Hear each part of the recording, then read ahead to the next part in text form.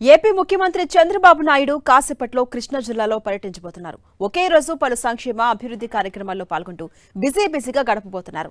పేదల సేవలో కార్యక్రమం, మేడే వేడుకలతో పాటు ఆసుపత్రి ప్రారంభోత్సవాల లాంటి కార్యక్రమాల్లో ఆయన పాల్గొంటారు. ఈ టూర్లో భాగంగా పామర్రు నియోజకవర్గంలోని పమిడి ముక్కల్లో జరిగే పేదల సేవలో కార్యక్రమంలో ముఖ్యమంత్రి పాల్గొని ప్రజలను ఉద్దేశించి ప్రసంగించబోతున్నారు. ఇక ఎన్టీఆర్ భరోసా పథకం లబ్ధిదారులతో సీఎం చంద్రబాబు ప్రత్యేకంగా ముచ్చటిస్తారు. ప్రజాప్రభుత్వం అధికారంలో వచ్చాక ఇప్పటి వరకు రాష్ట్ర వ్యాప్తంగా 63,158 కోట్లను ఎన్టీఆర్ భరోసా పెన్షన్ల రూపంలో అందించింది సర్కార్. ఒక్క కృష్ణా జిల్లాలోనే ప్రతి నెల 2,34,000 మందికి 102 కోట్ల పెన్షన్లను ప్రభుత్వం పంపిణీ చేస్తోంది. పమిడి ముక్కల్లోని ఎన్టీఆర్ కాలనీలో లబ్ధిదారుల ఇళ్లకు స్వయంగా వెళ్లి వారికి పెన్షన్ అందించి వారి యోగక్షేమాలను అడిగి తెలుసుకోబోతున్నారు ఏపీ సీఎం చంద్రబాబు. మేడను పురస్కరించుకుని భవన నిర్మాణ కార్మికులతో ముఖ్యమంత్రి ముఖాముఖి నిర్వహిస్తారు. వారి సమస్యలను అడిగి తెలుసుకుని ప్రభుత్వ పరంగా అండగా ఉంటామనే భరోసా ఇవ్వబోతున్నారు. ఈ కార్యక్రమం అనంతరం పామర్రు నియోజకవర్గ టీడీపీ నేతలు, కార్యకర్తలతో సమీక్షా సమావేశం నిర్వహిస్తారు సీఎం. ఇక ఇవాళ ఉదయం 10:15 తన నివాసం నుంచి బయలుదేరి పమిడి ముక్కల మండలం వీరాంకిలాకు గ్రామానికి సీఎం చంద్రబాబు చేరుకుంటారు. అక్కడి నుంచి 10:25 పమిడి ముక్కల ప్రజావేదిక సభలో పాల్గొంటారు. మధ్యాహ్నం 12:45 భవన నిర్మాణ కార్మికులతో సమావేశమవుతారు. మధ్యాహ్నం 1:55 పార్టీ నేతలతో సమీక్షా సమావేశం నిర్వహిస్తారు. ఇక మధ్యాహ్నం 3:40 గుడ్లవల్లేరు చేరుకుని 3:50 అక్కడ నూతనంగా నిర్మించిన ఎల్వి ప్రసాద్ కంటి ఆసుపత్రిని లాంఛనంగా ప్రారంభిస్తారు. ఈ కార్యక్రమాలన్నీ ముగించుకుని సాయంత్రం 4:45 తిరిగి సీఎం క్యాంపు కార్యాలయానికి సీఎం చేరుకుంటారు.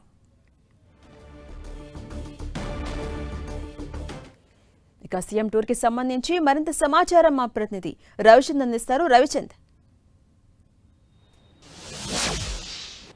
ఝాన్సీ ముఖ్యమంత్రి ఈ రోజు కృష్ణా జిల్లా పర్యటనకు సంబంధించి ఏర్పాట్లన్నీ కూడా అధికార యంత్రాంగం పూర్తి చేశారు.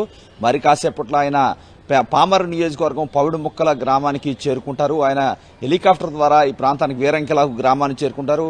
అక్కడి నుంచి రోడ్డు మార్గం ద్వారా పవిడి ముక్కల గ్రామానికి చేరుకుంటారు. అక్కడ మొదటగా ప్రజావేదిక కార్యక్రమం నిర్వహిస్తారు. గ్రామస్తులందరితో కలిసి ఏదైతే ప్రజావేదిక పూర్తయిన తర్వాత పెన్షన్ల పంపిణీ కార్యక్రమాన్ని చేపడతారు. తర్వాత 1-2 ఇళ్లను ఆయన స్వయంగా వెళ్లి ఆయనే పెన్షన్ల పంపిణీ చేసి వారితో స్వయంగా మాట్లాడి వారి జీవన ప్రమాణాలు ఏ విధంగా మెరుగవుతున్నాయి, వారి గురించి కొంత చర్చిస్తారు, వారి కుటుంబాల గురించి. అనంతరం ఈ రోజు అంతర్జాతీయ కార్మిక దినోత్సవం సందర్భంగా మేడే ఉత్సవాలు కూడా ఆయన పాల్గొంటారు. అక్కడ కార్మికులతో ప్రత్యేకంగా పౌండ్ముక్కల గ్రామంలో సమావేశం అవుతారు. అనంతరం ఏదైతే ఆయన కొంతమంది కార్మికులతో భేటీ అయిన తర్వాత మధ్యాహ్నం కేడర్ మీటింగ్ కూడా ఏర్పాటు చేశారు. ఎందుకంటే ఆయన ఎక్కడికి వెళ్ళినా కూడా కేడర్తో ప్రత్యేకంగా సమావేశం అవుతున్నారు. పామర్రు నియోజకవర్గానికి చెందిన టీడీపీ ముఖ్య నేతలతో ఆయన సమావేశం అవుతారు. అనంతరం 3:30 అక్కడి నుంచి హెలికాప్టర్లో బయలుదేరి గుడివాడ నియోజకవర్గం గుడ్లవల్లేరుకి చేరుకుంటారు. ఎందుకంటే గుడ్లవల్లేరులో ఎల్వి ప్రసాద్ ఐ ఇన్స్టిట్యూట్ని ఆయన ప్రారంభించబోతున్నారు. అనంతరం ఆయన ఉండవల్లి నివాసానికి చేరుకుంటారు. అయితే ఈ రోజు ప్రతి నెల 1వ తారీఖున ఆయన ముఖ్యమంత్రి ఒక ఆనవాయితీగా ప్రతి చోటకి ఏదో ఒక జిల్లాకి వెళ్లి అక్కడ స్వయంగా అక్కడ పెన్షన్లు ఇచ్చే కార్యక్రమంలో పాల్గొంటున్నారు. ఇప్పుడు వరకు కూడా ఆంధ్రప్రదేశ్ ప్రభుత్వం ఏదైతే ఈ కూటమి ప్రభుత్వం అధికారంలోకి వచ్చాక 63,000 కోట్ల రూపాయలు పెన్షన్ రూపంలో ప్రజలకు అందించడం జరిగింది. అదేవిధంగా కృష్ణా జిల్లాలో కూడా 103 కోట్ల రూపాయలు ఇప్పుడు వరకు కూడా ఆ ప్రజలకి పెన్షన్ల రూపంలో అందించడం జరిగింది. ఈ విధంగా అనేక సంక్షేమ కార్యక్రమాలు చేస్తూ ఈ ప్రభుత్వం ముందుకు పోతున్న పరిస్థితుంది. ఎందుకంటే ఏ నియోజకవర్గానికి వెళ్ళినా కూడా అక్కడ సమస్యలన్నీ పరిష్కరిస్తున్నారు, అక్కడ నాయకులతో మాట్లాడుతున్నారు, ప్రజలతో కూడా మాట్లాడుతున్నారు. సమస్యలు అక్కడక్కడ ముఖ్యమంత్రి సెటిల్ చేస్తున్న పరిస్థితుంది. అదేవిధంగా ఎవరైతే నాయకులు కూడా కొంచెం ఏదైతే క్రమశిక్షణ తప్పుతున్నారో వారికి కూడా కేడర్ మీటింగ్ లో వార్నింగ్ ఇస్తున్నారు.